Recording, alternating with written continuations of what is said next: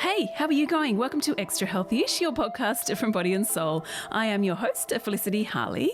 To celebrate the year that was, the good bits. Yes, we're celebrating the good bits. We're giving you our top 10 most listened to Extra Healthy-ish episodes.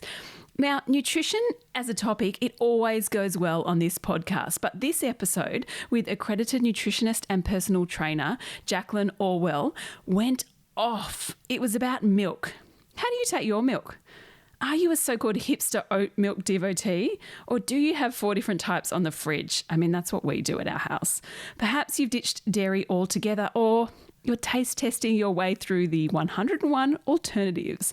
Well, Jacqueline came on to help you make sense of it all. It's a bit hard sometimes when you're standing in front of that milk fridge in the grocery store, isn't it?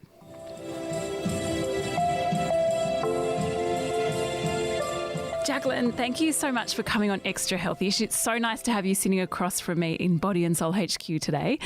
Now, one question I ask everyone who comes on this podcast is, how do you stay extra healthy-ish in your life?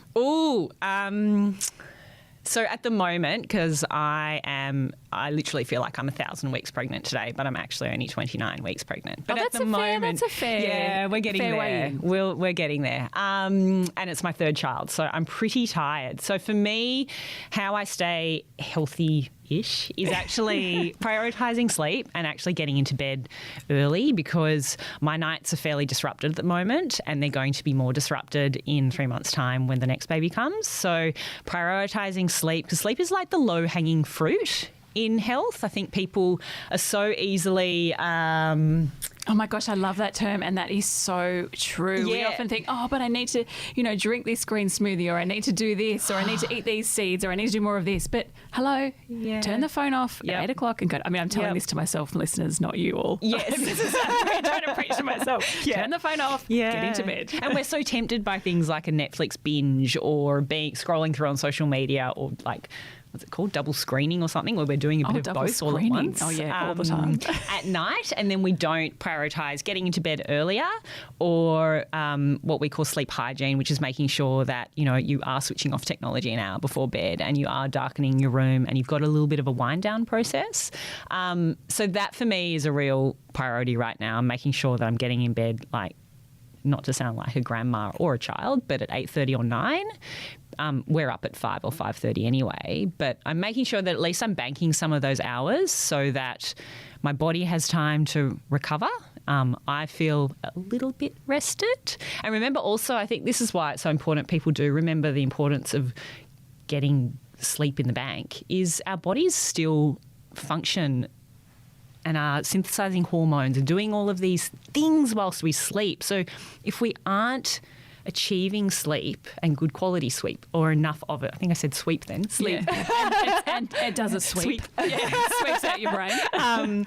Then our bodies aren't capable of doing that for us. So, make it a priority. Actually, I love that. I interviewed Dr. Michael Mosley recently, and he was talking about thinking about it as a clearing out, as a sweep, like about clearing out everything, like your emotions, your memories, and just, it's so restorative.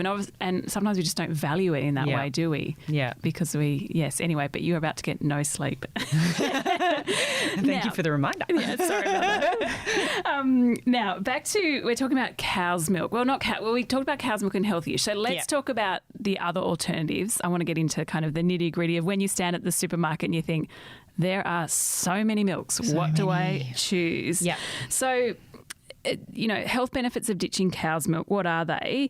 Or, is cow's milk enough? Or what's your kind of take on all the different milks out there, and where should we start? Well, if you look in our fridge at the moment, there are 4 different types of milk. So if that's one way to communicate my view on milk, which is diversity, but that's my approach with health, nutrition and diet overall. The more diversity we have, the more access to different nutrients that we can acquire through our diet. So there is cow's milk in my fridge as well, because my son likes it. I like cow's milk. There's a bit of this. And what else do you have pop in into there? other things. We have almond milk, soy milk, and there is a goat milk in there as well at the moment. Wow, you've got the Just whole to shebang. try. I know. Yeah. I like it. Yeah. And there is, as we were saying before, it feels like there's a new milk introduced into the market sort of every other year. There's like pea-based milks. I think there's mixed nut milks these days. There's coconut, there's almond, there's rice, Oat, cashew. Like there's everything possible out there. There's camel's milk, So again, consume what you enjoy, but also be conscious that sometimes things that can seem healthy aren't necessarily the best option. You may switch from cow's milk to almond milk because that's what's on trend.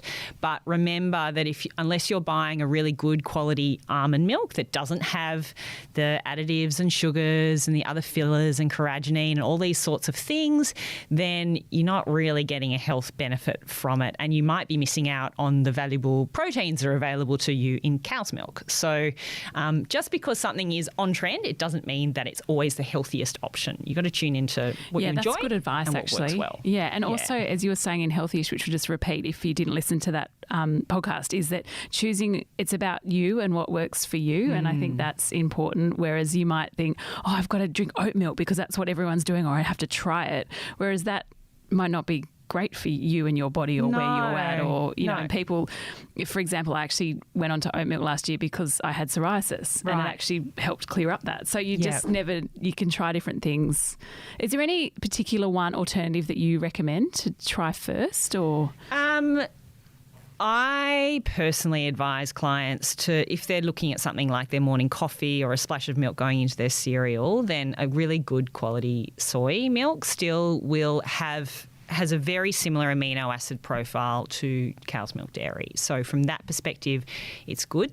It is controversial. I know a lot of people don't like soy. That's why I say look for your organic soy and making sure that there aren't those extra nasty ingredients added into the blend, because soy milk with its level of isoflavones can affect estrogen receptivity in the body and reduce our body's production of estrogen. So there's people that argue that a lot. However, like with anything, you'd have to be consuming literally copious amounts of soy, like your little 200 ml in your latte of a nice soy milk in the morning is not going to have the effect that drinking 3 of those plus tofu for lunch plus some other soy, based food product with dinner, that would have the effect that is controversial versus a little bit of soy in your morning coffee and then perhaps choosing another milk for the afternoon one if that's you, or your almond milk goes into your smoothie, or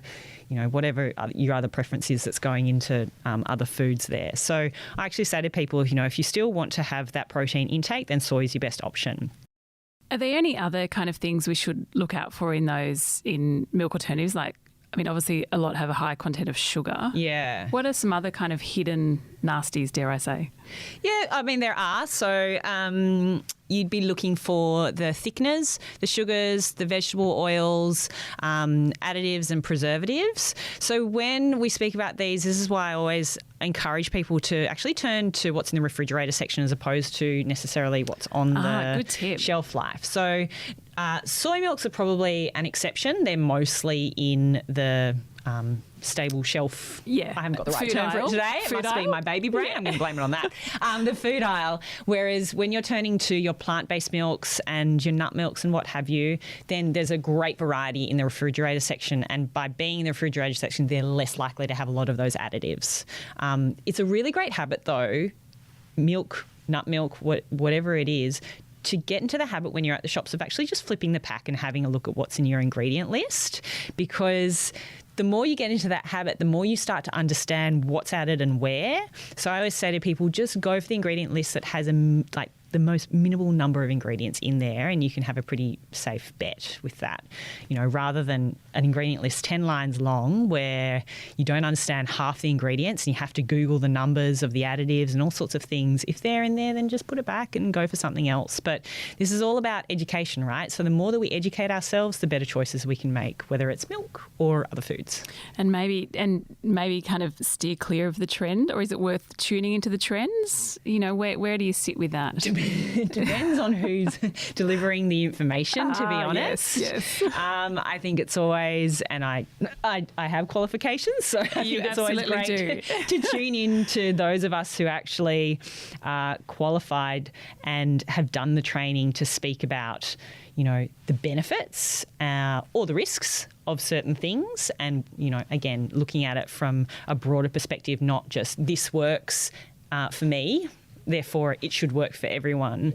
You know, there's a lot that goes on with us individually, so we need to look into that. But yeah, just making sure that you're getting quality information and education. What about the pea-based milk? I haven't really heard much about that. What's that one all about? There's one that's called Like Milk. I haven't actually tried it. Right, yeah. Do you just sit there and try these? Do you like line them up and go, okay, nice, no, too much sugar, no. Look, I'll admit I'm a big fan of online ordering, which means that I don't always see everything in the aisle and I don't always see all the new stuff coming out, but that's just a convenience factor for me. But I have been making the effort to pop into the shops like maybe once a fortnight recently and just see what's coming out so that I can speak to people about what's in the ingredient list, why we need to be wary of one thing over the other, or, you know, when I'm asked about pea milk and I can't answer it in a podcast because I haven't tasted I totally it. sprung that question on you because I was thinking, what is pea milk? Well, we can both go home and try it and then we can compare notes. We need to look up that one. Yeah. And what about some alternatives to calcium if you're not drinking cow's milk? Share some alternatives. I know you've told us this on Healthy-ish, but I think it's good just to reiterate. Yeah. So we're all making sure we're getting enough calcium in our diet. Yeah. So I think people forget that we can find calcium in beautiful plant-based sources. So things like our green leafy vegetables and broccoli. So there's a reason why, you know, when your parents are trying to bring you up and encourage you to eat your broccoli trees when you're little, that perhaps you should listen and not hate on them. Then sesame seeds and tahini are a lovely source of calcium as well. So if you're just getting some sesame seeds into salads, you can spread tahini over a nice piece of sourdough or sesame seeds can go in anything, really, can't they? Anything and everything. Yeah. I do love like tahini with some banana and cinnamon on top of a piece of toast. It's really tasty. And it's a good one too if you have any kind of nut allergy as well. Yeah. So that'll help up your calcium intake. Dried figs, actually, as opposed to fresh figs. So in the process of that dehydration, their calcium content increases, which is kind of rad. What else is there? Tin salmon with the bones in it. Smash it in. You could have that with your steamed or blanched broccoli with lunch and lots of herbs and some sesame seeds, and there's a calcium-rich lunch for you. So that's pretty easy. And then there are a lot of these plant-based milks that are fortified with calcium as well. So I know that I've seen a lot that have come out recently that have they've been fortified with calcium, some with vitamin B12, and some. What was the other one? And they're still B2. good to drink, like if they're still as healthy as, say, cow's milk because they've been fortified with these nutrients?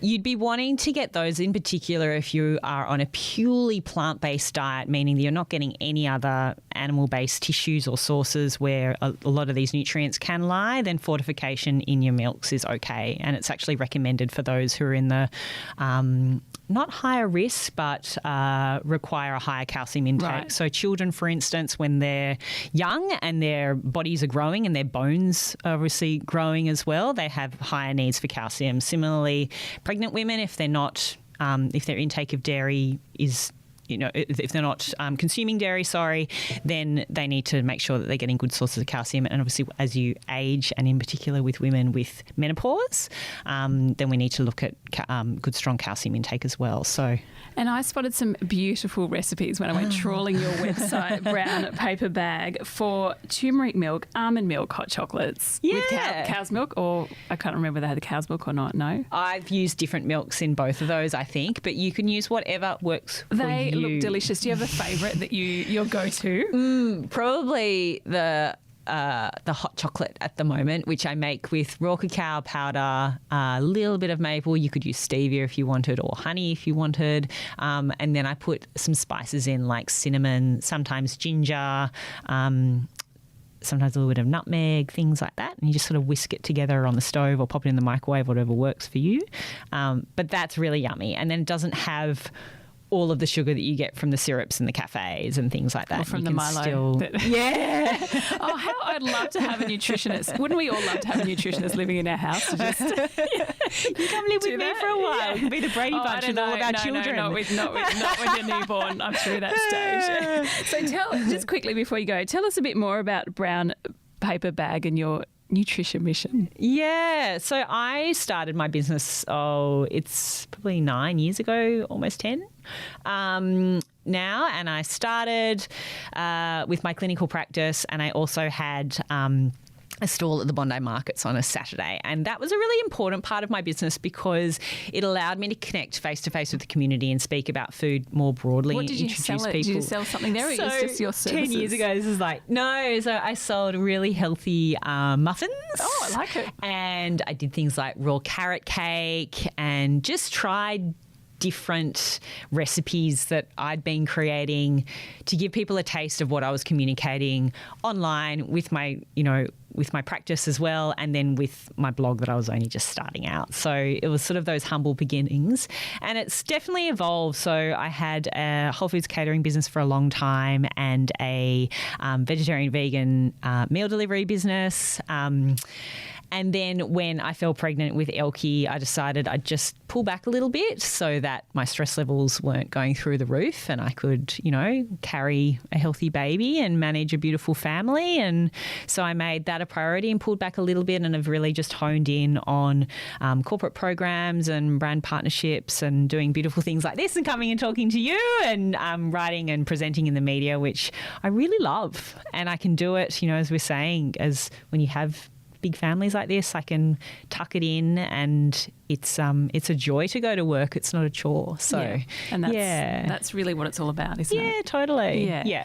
Well, Jacqueline, good luck with the birth of your baby number 3, and thanks for coming on Extra Healthy-ish. And I think we're all inspired to just go and try lots of different milks and see what works, right? And lots of different foods. Just, I think always when you walk into the supermarket, grocery store, wherever you're at, just think diversity, and that is the spice of good nutrition and health, diversity. There we go. You've heard it all. Thanks for coming on Extra Healthy-ish.